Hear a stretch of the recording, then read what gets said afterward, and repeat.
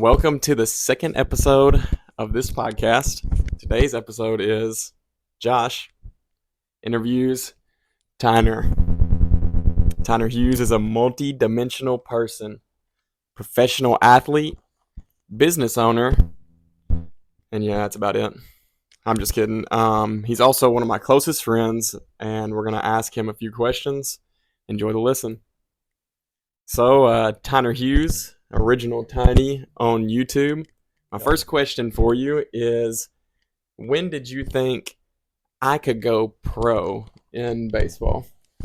Well, the number one thing that I think about when somebody asks that question is, I think it was 2015. I was a sophomore in high school, and it was me, my dad, and some other people. We were at a St. Louis Cardinals game, and it was Cubs Cardinals, and I was sitting there, and I was just watching, bro, this is that's not that hard really, which it's hard, but I was like, I can do that. And that was when I was like, yeah, in my head, I didn't really say oh my God, I'm going pro, I'm going to be a pro, I'm going to be MLB. Mhm. But that's when I knew. I was like, dude, it's literally just baseball. It's just, there's levels to it. Yeah. And I knew that I could get to that level. Yeah. And then let's see, made it through high school and I was good, and then I got to college and dude, after my second year at Dyersburg State, I was like, yeah, Second year out of how many years at Dyersburg State? I went 4 years at Dyersburg State. Part of it was COVID and stuff too, but that's Right. that's a joke we like to make with him. Is he went 4 years at a community college? Yeah, I'll give you the rundown on how 4 years happened there. So, 2017, I graduated, and then in the fall of 2017, went to Dyersburg. That was my first year. Spring 18, I tore my labrum in my arm, had surgery. That was my first year at Dyersburg right there. Second year, 18 fall, 19 spring. I played a little bit. I think I had 50 at bats maybe because I couldn't throw hardly, and all I did was DH. And so went back for my third year, and that was COVID. That was 19 fall, 20 spring. That was COVID. That was my third year. So at this point, I had still only played 1 year of eligibility, and I'd been there 3 full years. Okay, and I was done with baseball at that point. Really? I had decided to hang up. I got an offer from Freed Hardeman to go as a catcher only, and not a catcher only, but Yeah. they wanted me to catch. That was it.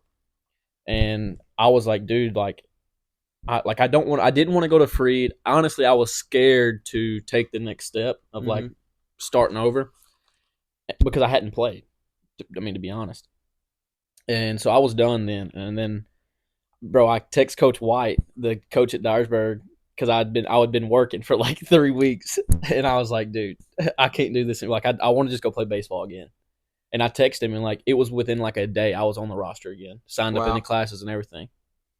So there was a point where you just wanted to go work, yeah, in between. Yeah, you didn't.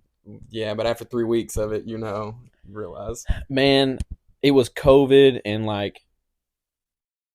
all there was to do was work. You couldn't do anything else. So the guy I was working for, we were working 55 hours a week, probably 50. We averaged probably 50 a week. And bro, I can work. I'm not don't get it twisted. I can work.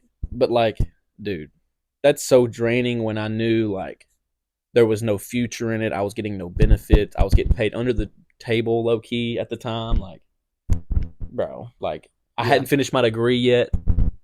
So, it was okay, but let me get back. Imagine where you would have been, if you would have just said no more baseball. I'm just gonna go work. I'm just gonna figure out my regular human life. Yeah. It's kind of scary to think about because, dude, I'm telling you, I had decided I was done completely. And that's crazy coming from the Boise Hawks, one of the Boise Hawks' newest members. That's right. That you wanted to quit, you wanted to be done, bro. It was all just because COVID, and I'd been there 3 years and I'd played half a year. I didn't even play the full year. So, but let me finish the after COVID, went back, got signed up for classes. So that was fall 21, fall 20. Yeah, that was fall 20, spring 21, and that was my 4th year at Dyersburg. Yeah. And that year didn't count either. Right. You could have went back another year. I went 4 years at Dyersburg State and used 1 year of eligibility.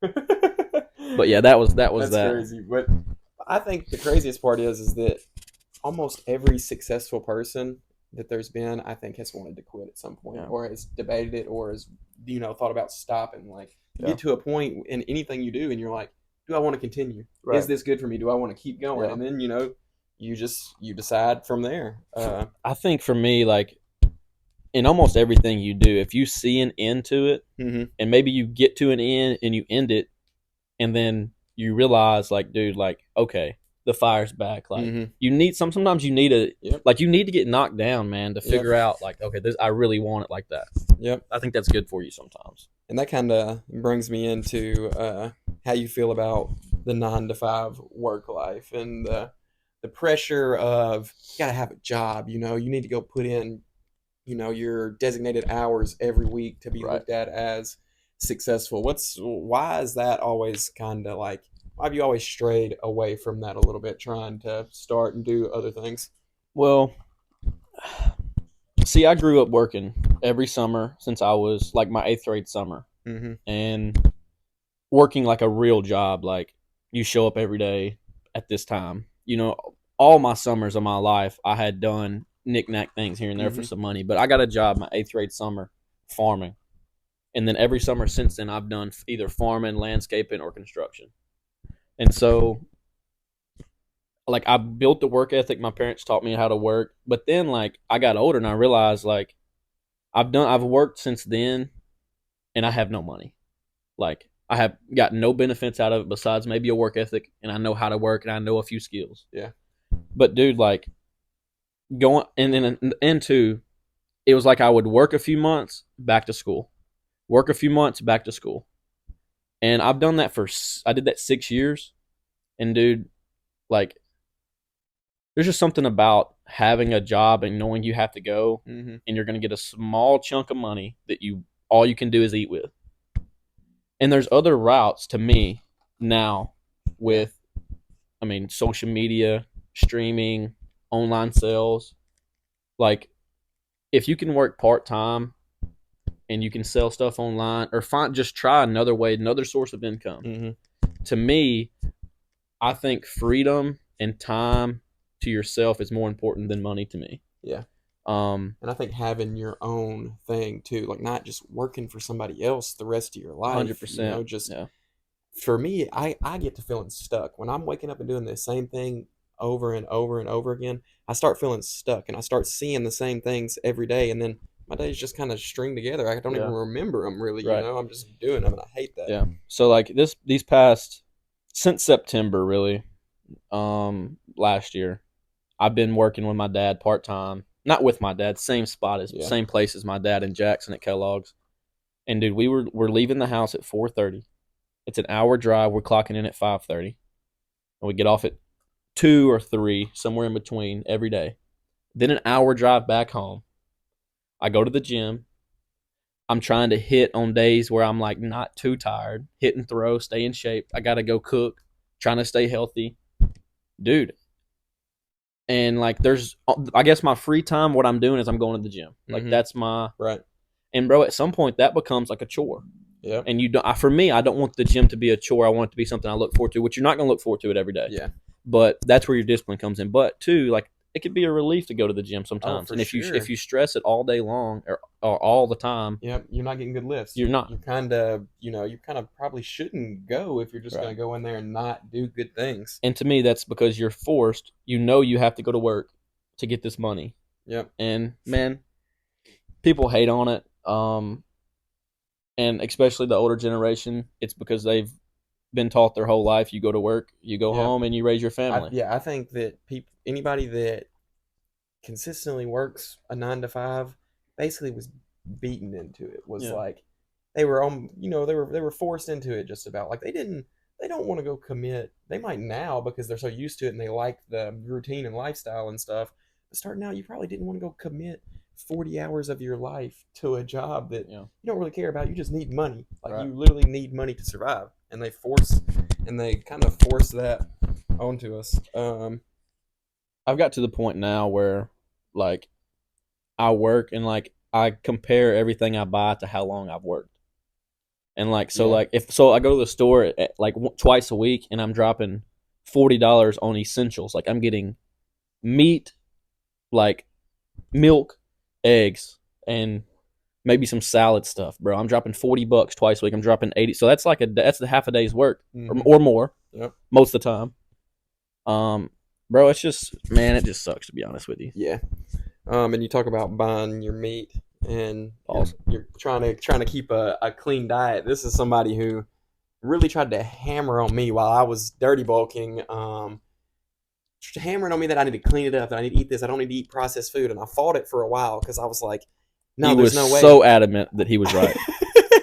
I enjoyed eating my cookies and muffins and grabbing whatever I had hands on because I thought that my body was turning whatever into energy, and it was kinda. But after I actually cleaned my diet up, it's changed my life. It's changed my energy. It's changed literally everything.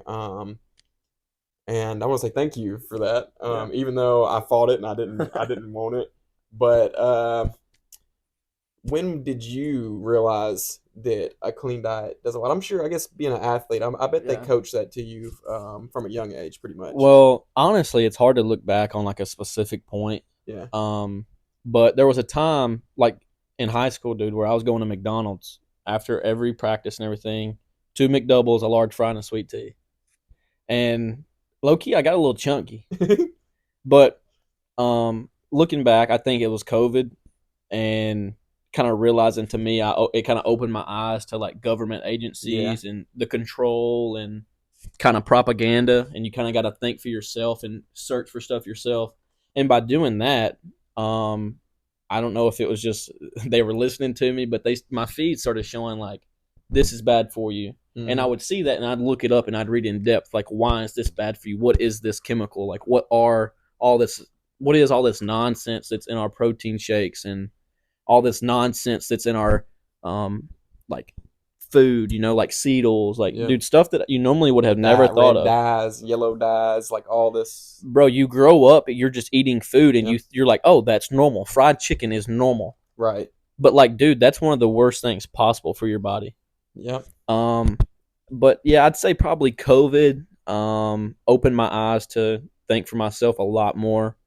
I think it did for a lot of people. It did me too. Yeah. And shout out Caleb too. Caleb Branson, one of my other buddies. He's always kind of been controversial on certain points and topics. And it rubbed off on me kind of like I rubbed off on you with the diet. Like some of the stuff he says, I'll take in what he says and I'll go do my own research on it and apply it to my life the way I think I need to apply it. So I think it's just good to 100% hear something and believe a little bit of it, but then go research it yourself and figure out what it is. And that's how I form my whole diet, bro. I eat chicken, eggs, milk, and I'm gonna eat a cookie if I see a cookie every now and again. But like, bro, I try to fight hard to make sure that I'm eating good, taking care of my body, and also too, dude, if I see somebody eating bad, I almost shame them a little bit because I think that little bit. I think you were different because we're close enough to where I can actually be kind of mean, friendly fire. But like, dude, my family, dude, I'll hound my family, and it hadn't rubbed off yet. I ain't gonna, it ain't rubbed off yet. They still eat terrible, but yeah, I think it's good. Like if you're watching this and you know somebody that's not eating good, dude, I would shame them. I would demand you to freaking hound them and tell them how fat and terrible they're being. You better be careful though, because when you do that, the exact same thing I did to Tyner. Tyner was hammering me about clean diet, but as soon as I saw him eat something that was not clean, all that built up shame that he did to me was put right back on him. So and like I said, I'm gonna eat a cookie or so now, but it's just the consistency of goodness that you're putting in your body. Like every now and again, if you're gonna eat a cookie or a muffin or really, dude, any kind of sugar. Yeah. You just have to make sure that the next day you reset completely and you're in control of your diet and you're not just eating. I don't want to eat cookies every day. Nah, probably not. Probably not. I mean, at this point, I can tell when I eat something bad. Yeah. And I can tell when I eat something good. And it's the world of difference in energy and focus and sustained energy is what I feel from it is Yep. now after I Sustained eat, fullness. yeah, I feel like throughout the day I can just keep going. You know, I can sit down and chill for a little while, but I can get up and keep going. On a dirty diet, once I sit down and stop moving, I was ready to be done. Like Done I for. don't I don't want to go anymore. I'm Yeah. done. And it was like a struggle to get myself back up. The next thing I want to talk to you about though is sort of your college life and what kept you kind of straight and narrow, not partying super hard and trying drugs and like Yeah. me and you kind of went separate paths in Yeah. college. Like it Yeah. got to a point to where I was ready to experience the party life and basically Right. whatever drugs I could get my Yeah. hands on. And you saw me going through that, Right. and you decided to go the other way. I would say one thing that was the main reason is honestly my brother. I kind of saw him make some poor decisions in high school, and kind of how it changed his life. Mm-hmm. Um, and also too at a young age, man, I learned right from wrong to me through church. Um, and I've always had a pretty good relationship with Jesus and stuff like that. And that I always, every time I even think about doing something wrong or bad, dude, I just get the worst feeling possible. And that's something that I've always had. And I don't know if everybody has that. I wish everybody felt the same way I did whenever they thought about doing something they know they shouldn't do. I think most people have it, but I think people rethink their morals and what is actually good and what's actually Right. bad. That's what happened with me. Is I was like, Yeah. oh, maybe I just think this is bad because everybody's always told me that, and I'm Yeah. just supposed to Yeah. believe that and stuff. So I went and tried it for Right. myself, and And it was bad. yeah. Well, I mean, like I said, it takes something happening to Yeah. reset your goals in life sometimes. But Yep. also too, I lived at home with my parents. Um, you know, they honestly were the my financial. I don't even benefic. I mean, I relied on them for everything. I made some money, but like when it come down to like, dude, they paid for my gas for 5 years straight. Yeah. Like, bro, like they supported me in everything I did, and so like when I would think about doing something that would either like hinder their name or like make them look bad, I saw Mm-hmm. how my brother's decisions Mm-hmm. made them look bad at times. And two, I was an athlete, and like Right. I saw other people that I was playing with, drinking 2 or 3 times a week, and you know, smoking and stuff like that, bro. And it ticked me off that they were still getting opportunities that I thought I deserved. Mm-hmm. I was doing the right things. Um, and man, if you're doing the right thing every day and trying consistency, like discipline, eventually, bro, it's gonna happen. Like Yeah. that was how it was for me, man. I just stuck with it, and I could have gave in to the party and stuff, and I did, man. I had some fun. Like I'm not gonna act like I haven't went out and drank with my friends, and I have never smoked before. I will say that, and I've never put a dip in my mouth, and I never smoked a cigarette. Um, That's crazy. I can't believe you never put a dip in being around baseball so much. bro, Like, I almost did one time. There was only one time where I was like, you know what? Like I'm a baseball player. Like right. I'm gonna That's be the like real a deal. staple of baseball is putting a big chaw in. Right. I was like, I'm gonna be the real deal. I'm gonna go ahead and put a dip in it. And I thought about doing it. I even pinched it. And bro, I think I had like maybe one flake or something fall in my mouth, and I just felt the way it made my mouth feel and how bad I felt because I thought I was fixing to change. Like I was gonna be a hypocrite, really, because I was like, no, you can't dip. And then I was like, bro, whatever. I like, there's no point in dipping. Yeah. And I didn't have any money, so Yeah. And the next thing I want to ask you about is how professional athletes are treated. I think that's an interesting one. Knowing you yeah, personally, and since you've become, a professional athlete and kind of traveling around, and it's so weird, it's so different to me than what I would have thought. Like the yeah, lifestyle, like living with a host family, yeah, or basically being on the chopping block at any moment. yeah. Do you think that professional athletes are treated well at your level? At my level, I will say from the colleges I've been at, I haven't been at a high level D1. Um, I just went JUCO, NAI.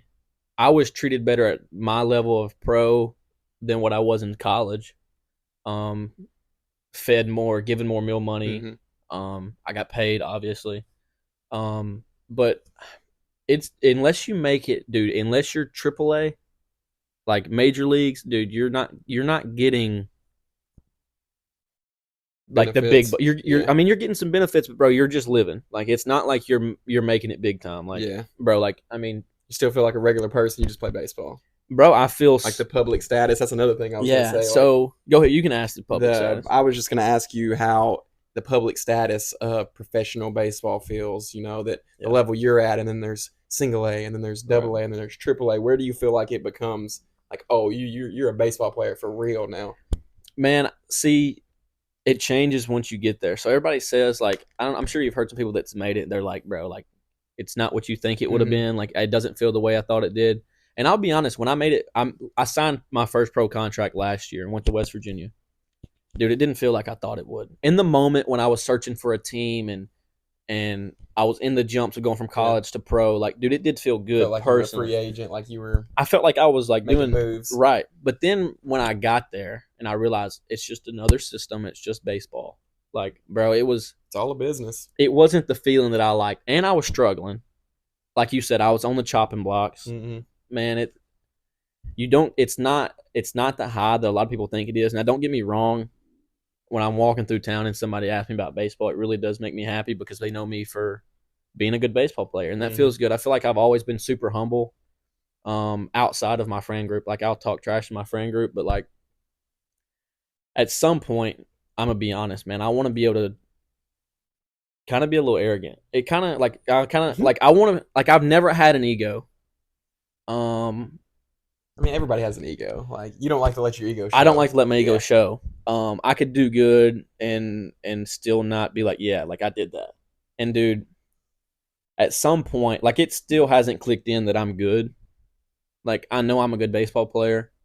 I'm a pro baseball player.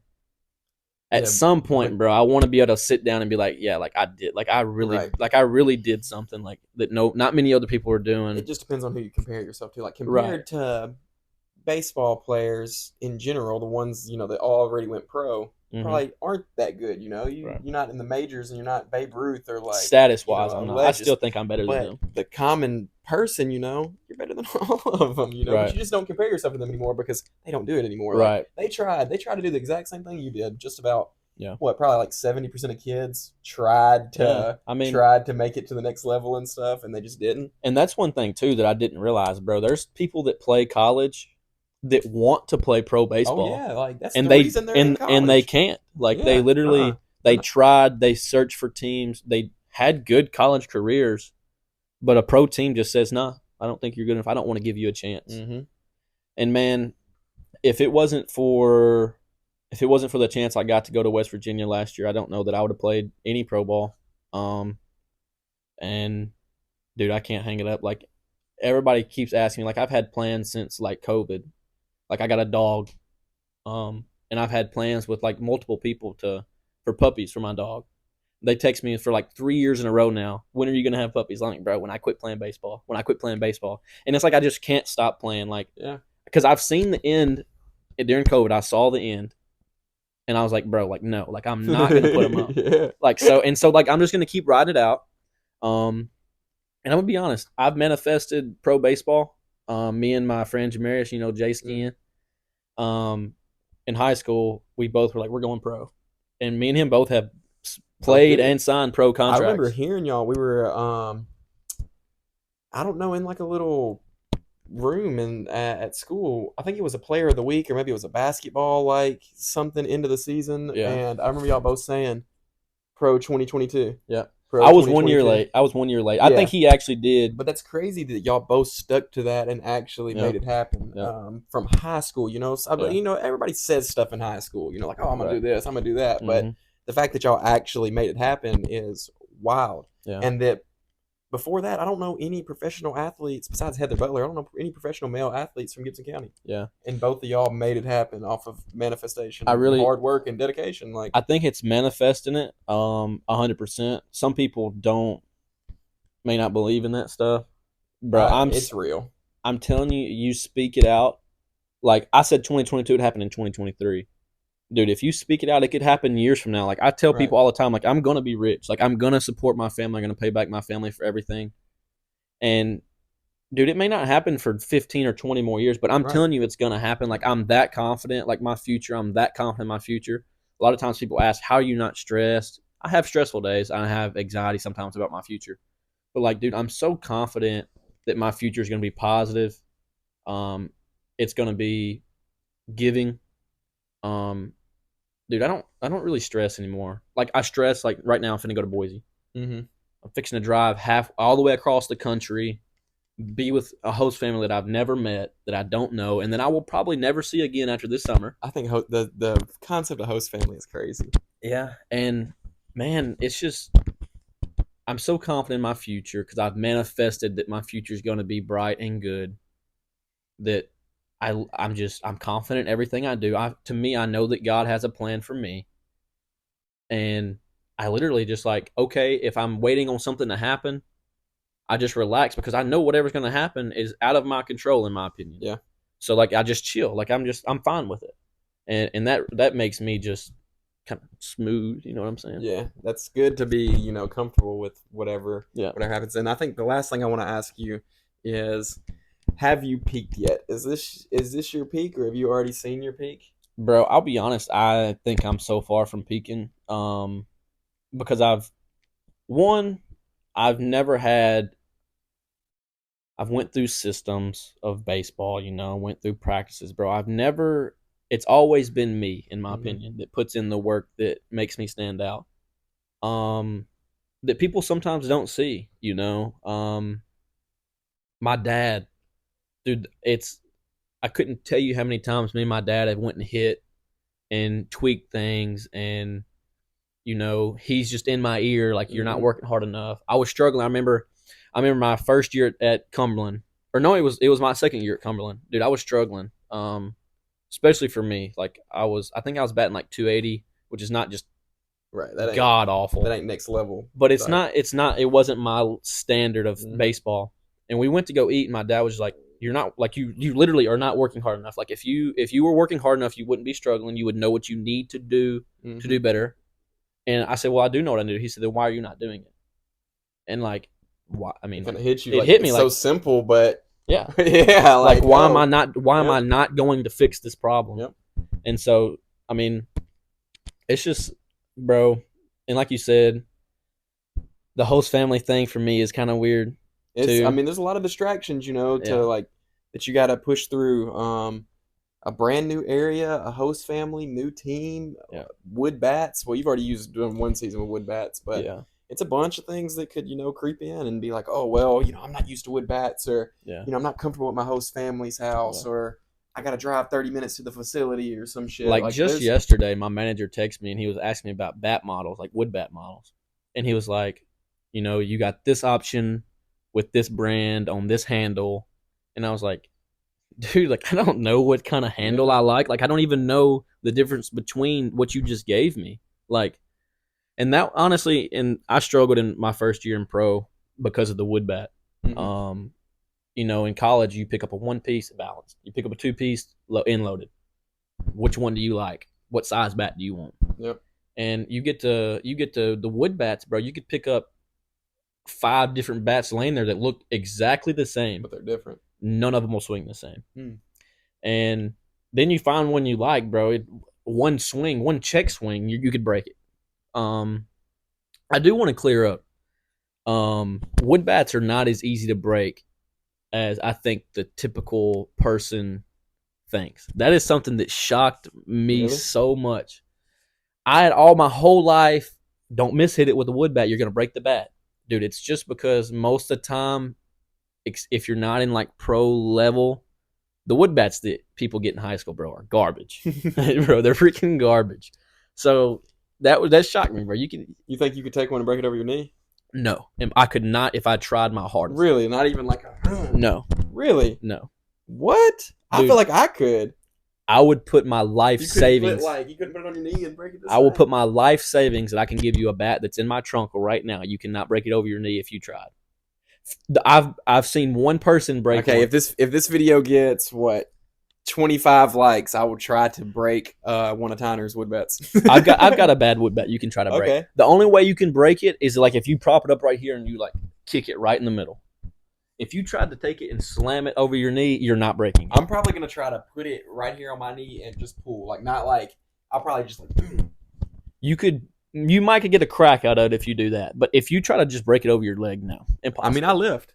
I don't care how much. I lift weights, so. Hey, but you're not breaking the bet. But okay, I'm gonna see. 30 minutes, 40 seconds. Yeah. I don't know what else I have. I kind of want to talk some more about. I haven't even asked about Mallard Bend. Yeah, you could ask about that. I kind of want to talk about. We got Fortnite in here, dude. Yeah, we can talk about that. I got cut off because I forgot the question on. Have you peaked? Yes, that and I don't know. Just I've got growing up in the South too. Yeah, I mean, bro, we got a lot more. You could even do it as part 2 if you want to. I got